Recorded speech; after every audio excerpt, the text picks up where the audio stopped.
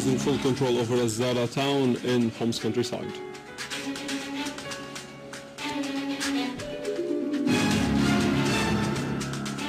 And the Syrian Arab Army unit seizes a pickup car loaded with weapons and ammunition.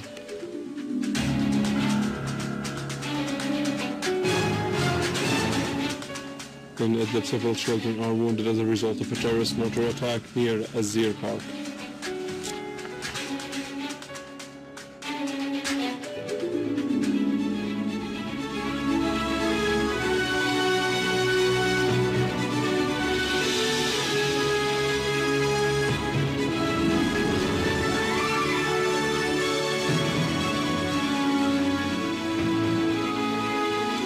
Good afternoon, this is News in English from the Syrian Arab Television in Damascus. First, with this breaking news, the General Command of the Syrian Arab Army and Armed Forces has just announced that army units have seized full control over a Zareh town in the western countryside in Homs. This comes after 30 armed terrorists handed over their weapons to the authorities in Zareh in Tel-Kalakh countryside. The Syrian Arab Army seized full control over a Zareh town in the countryside of Tel-Kalakh in Homs province. A military source said that army units killed large numbers of terrorists and destroyed their weapons, noting that a number of terrorists surrendered to the authorities. In the meantime, the Syrian Arab Army units purged al-Hasrajiyya village, which is adjacent to a Zareh town, from armed terrorist groups. In cooperation with locals, an army unit seizes a pickup car loaded with weapons and ammunition heading to the eastern Ghouta at the entrance of al-Wafidin camp.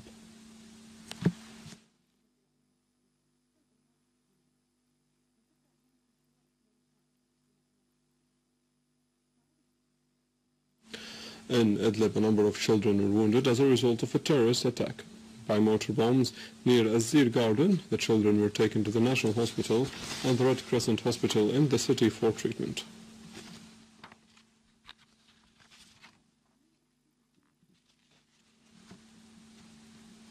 In Damascus countryside, Syrian Arab Army units continue their advancement in Yabroud in the countryside of the Syrian capital, destroying several terrorist cars on the Yabroud-Marmaroun road.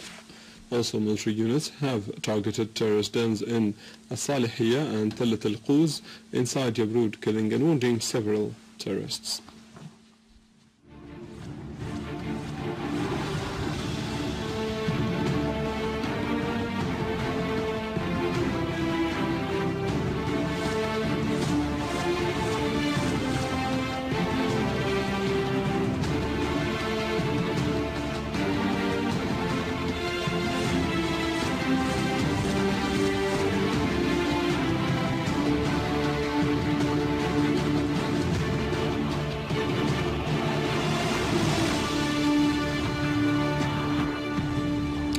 On the International Women's Day, the General Union of Syrian Women staged a solidarity stand in front of the United Nations headquarters in Damascus, handing over the United Nations office a statement calling on it to pressure states which support the armed terrorist groups with money and weapons in Syria to stop this support. Earlier, the General Union of Syrian Women called on international women's organizations to support the Syrian women and the Syrian people's right to live in dignity and freedom. The union urged in a statement addressed to the women of the world on the occasion of the International Women's Day that the world celebrates today to stand up to the government sending terrorists and weapons to Syria so that the Syrian people can live in dignity and freedom. The statement expressed appreciation for all countries and organizations that espoused the rights of Syrian people in face of the war waged against Syria. Syrians across the country continue to stage events and marches to express their loyalty to the homeland and staunch support for the Syrian Arab Army in its battle against terrorism.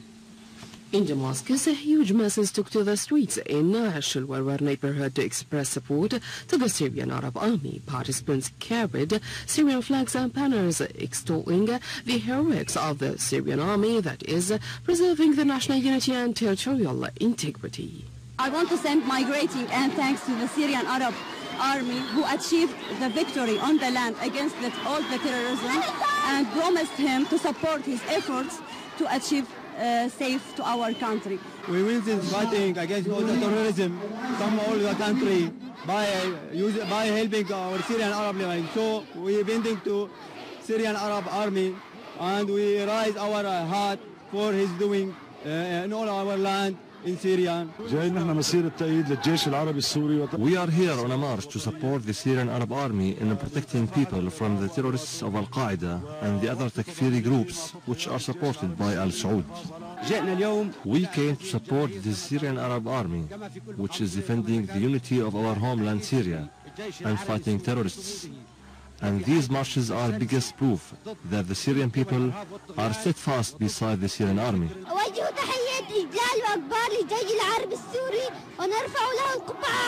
The participants affirmed that the Syrian people stands united in support to the Syrian leadership and army in the face of conspiracies against the homeland. The huge gatherings is an outpouring of patriotic feelings by the Syrian people who continue to take to the streets in daily shows of staunch support to the army and national principles. Syria's permanent representative to the United Nations, Dr. Bashar Jaafari, affirmed that the Syrian government is committed to international treaties and Convention on Children's Rights, which it had already joined and ratified early.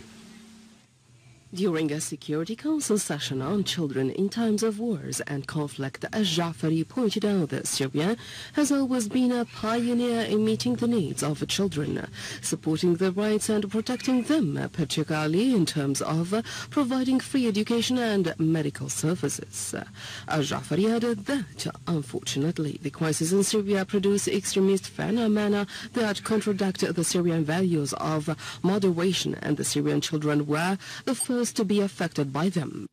He pointed out that during dozens of Security Council meetings related to Syria, not a single state with influence over terrorist groups exerted any pressure on them to lift blockades they imposed on an area and the militarization of a hospital or a school.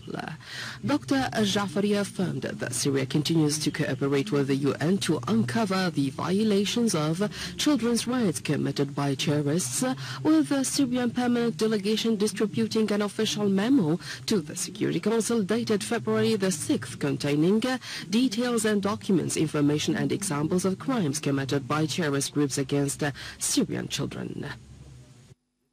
In another context, Russian Foreign Minister Sergei Lavrov said that Russia is ready for equal and fair dialogue with Western partners on the crisis in Ukraine.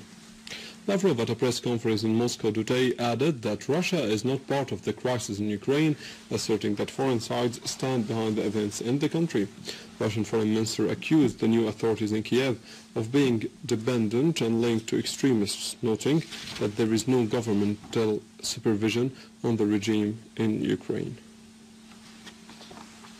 The Venezuelan President Nicolas called on the United States to avoid interfering in the Venezuelan Latin American affairs and relations, indicating the necessity to drive the relations between these countries into higher levels.